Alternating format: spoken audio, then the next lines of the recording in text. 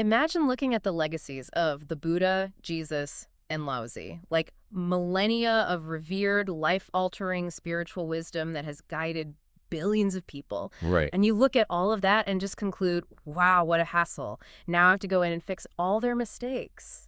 Yeah, it is a level of audacity that is genuinely hard to wrap your head around at first glance. It really is. I mean, most of us operate on this kind of default societal software, right? Oh, absolutely. The core programming is basically just compliance. You know how it is. You respect your teachers, you tolerate your boss's bad moods because, well, you need the paycheck. Yeah, you got to pay the rent. Exactly. And we generally accept their religious or philosophical traditions handed down to us. We keep our heads down because it's safe. It's the path of least resistance. Yeah. But today, you and I are going to look at the inner workings of what I can only call a completely jailbroken mind. I love that phrase, jailbroken mind. Yeah.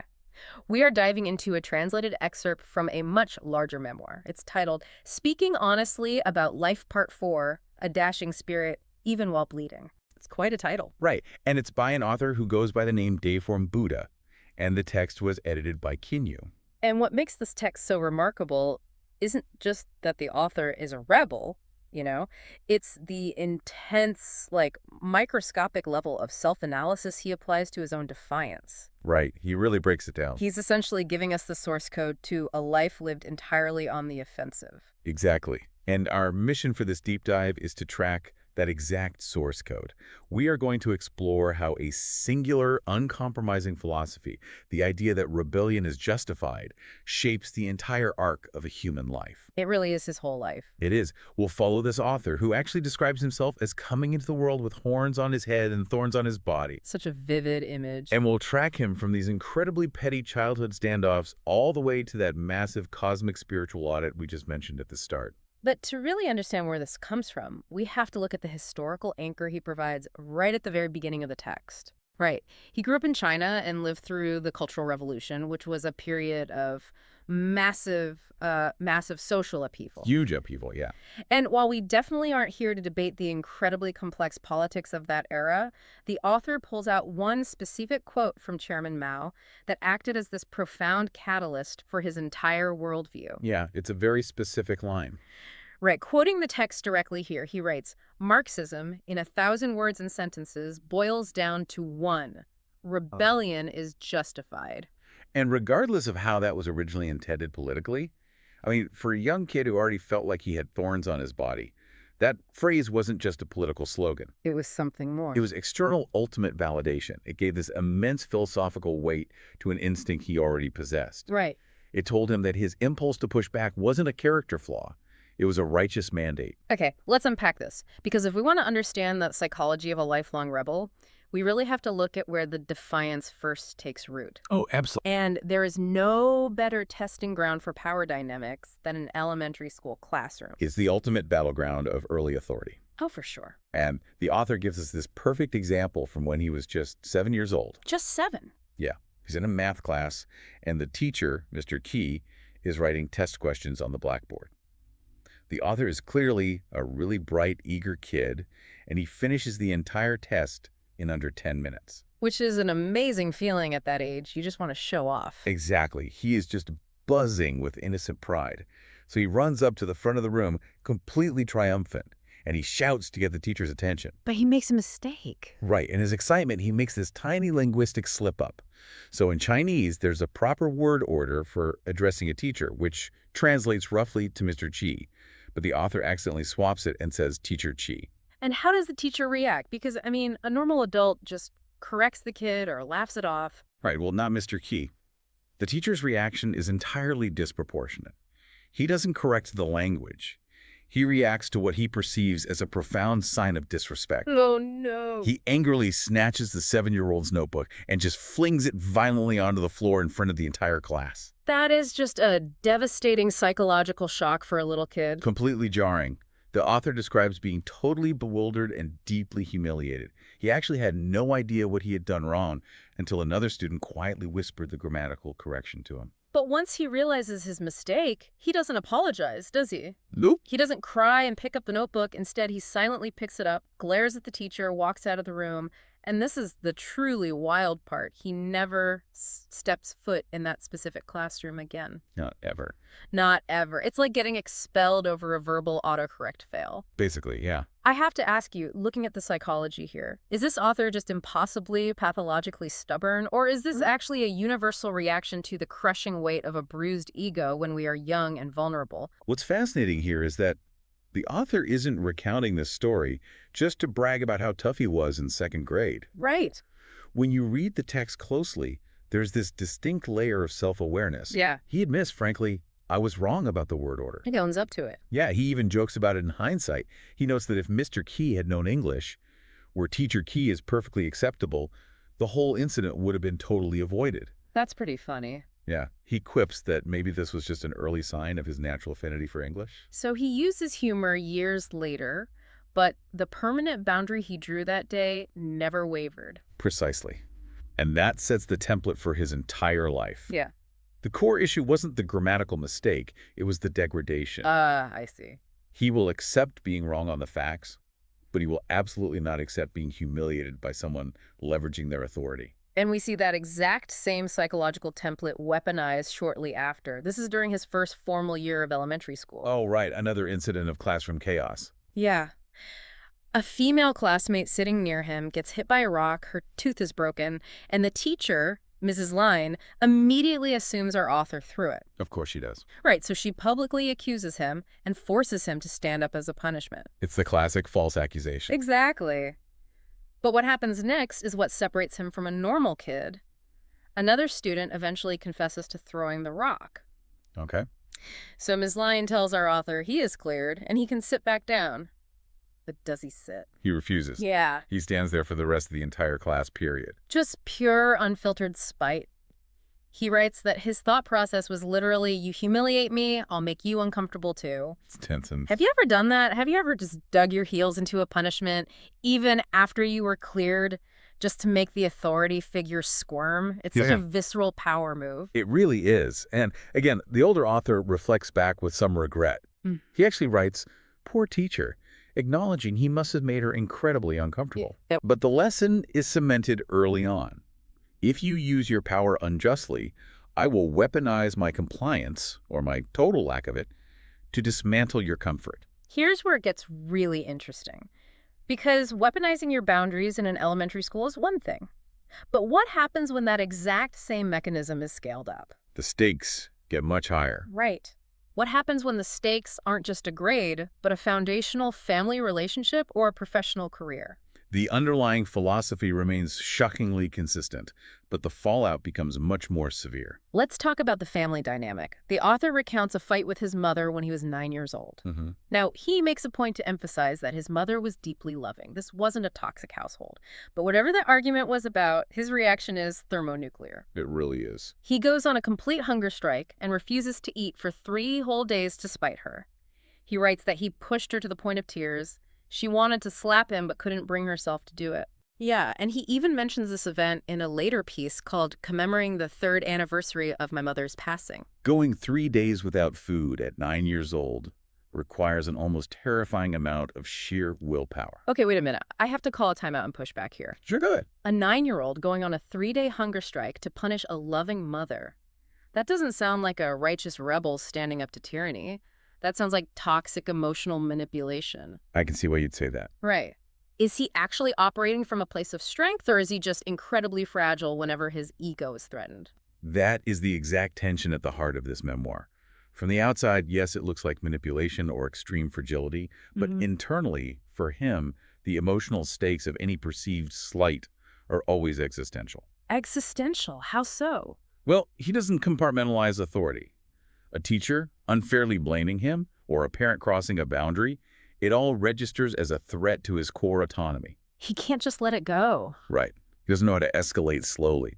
The nuclear option is the only lever he ever pulls. And he pulls that exact same lever in the corporate boardroom as an adult.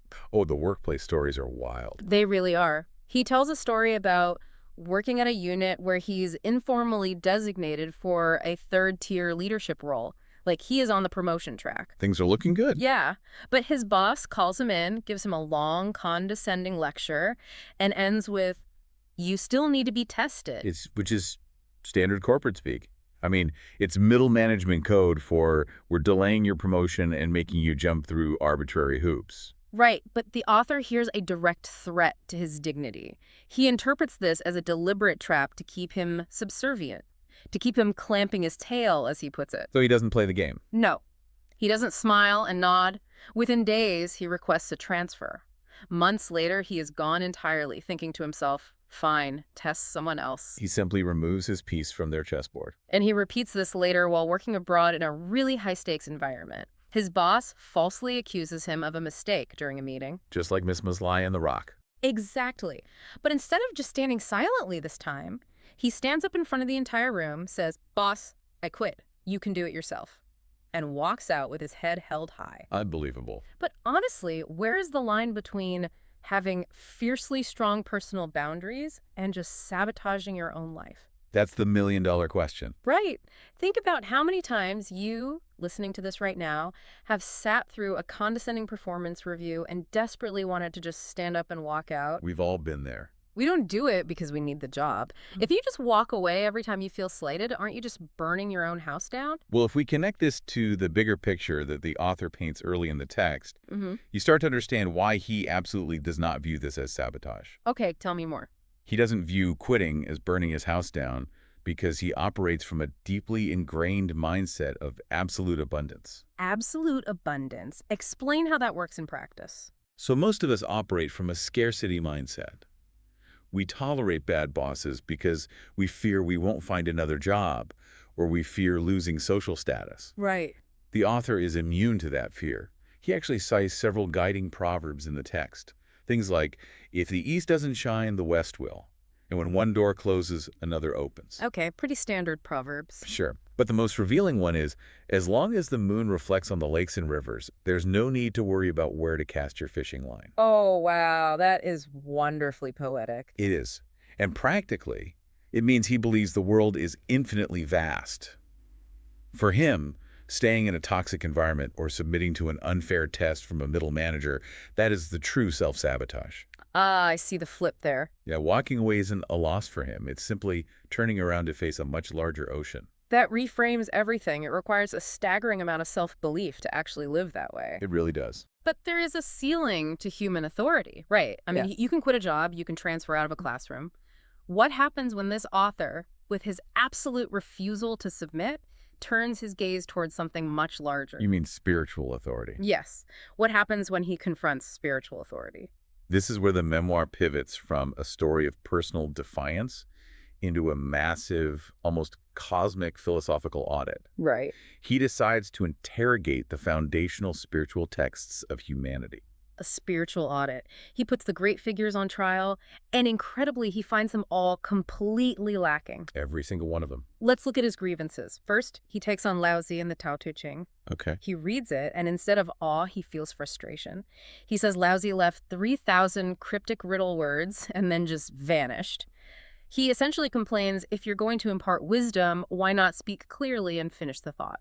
It's wild. He treats one of the foundational texts of Eastern philosophy like a poorly written instruction manual. Yes. And then he moves on to the Buddha. Right. He notes that the Buddha taught for 40 years, which he acknowledges is impressive, but then he argues that the Buddha ignored humanity's material needs and our innate nature. He finds a flaw. Yeah, he claims the Buddha deviated from the greatest creator's intended design, leaving behind a bunch of unresolved puzzles that the author now has to fix. The audacity is just breathtaking. And it peaks with Jesus and the Bible. Oh, this part. He reads the Bible and is perplexed because it doesn't answer his pressing, logical questions. He even critiques Jesus for dying too young. Unbelievable. He expected Jesus to basically deliver humanity directly to the finish line into an era he calls Lifechanyuan. And we should probably clarify for the listener, Lifechanyuan is a specific term the author uses to describe his vision of an ultimate harmonious spiritual and material utopia for humanity. Right. And because Jesus didn't usher in this perfect era and left so young, the author complains that it just added a heavy burden that the author now has to personally bear. It's a massive burden. It's like he is treating Laozi, the Buddha, and Jesus like terrible project managers who left the job half-finished, didn't document their code, And now he is the exhausted IT guy who has to come in on the weekend to fix all their mistakes. That's a perfect analogy. But I have to stop and ask, isn't this just monumental arrogance? To look at millennia of wisdom that gives comfort to billions of people and say, wow, what a hassle. This raises an important question about the true nature of his philosophy. Okay. Yes, to an outside observer, it looks like peak narcissism. Mm-hmm. But if you follow the internal logic established from the time he was 7 years old, this is simply the ultimate culmination of his worldview. How so? Because it is a complete, uncompromising refusal to accept received wisdom without questioning it.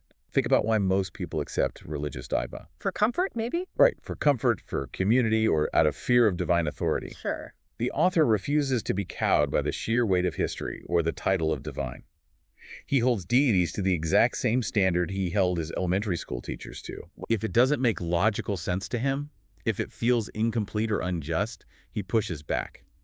For him, blindly accepting a flawed religious doctrine just because society expects it would be the ultimate submission. That makes total sense. Yeah, it'd be exactly like sitting back down in Miss Lai's class when he knew he didn't throw the rock. Wow, that perfectly connects the dots. He cannot sit down. Not for the teacher, not for the boss, and not for the Buddha. The mechanism is identical. Exactly. So we have tracked this incredible journey of defiance. Where does a lifetime of questioning everything, of pushing back against every wall, finally lead you? Well, the author gives us his ultimate revelation, and it draws it from a rather unexpected place. A quote from the The Internationale. famous socialist anthem, which again, we're just looking at as a source text to understand how he builds his worldview. Right, right. The specific line he quotes is, "Creating happiness requires two things." And after all his searching, all his rebelling, all his auditing of the divine, the author concludes that humanity can truly rely on only two fundamental pillars to find true happiness and the path forward. And what are those two pillars? The greatest creator and ourselves. The greatest creator and ourselves. It strips away all the middle management. Completely. No teachers, no bosses, no cryptic prophets, no organized religious hierarchies. Just the ultimate source of the universe, an absolute personal agency.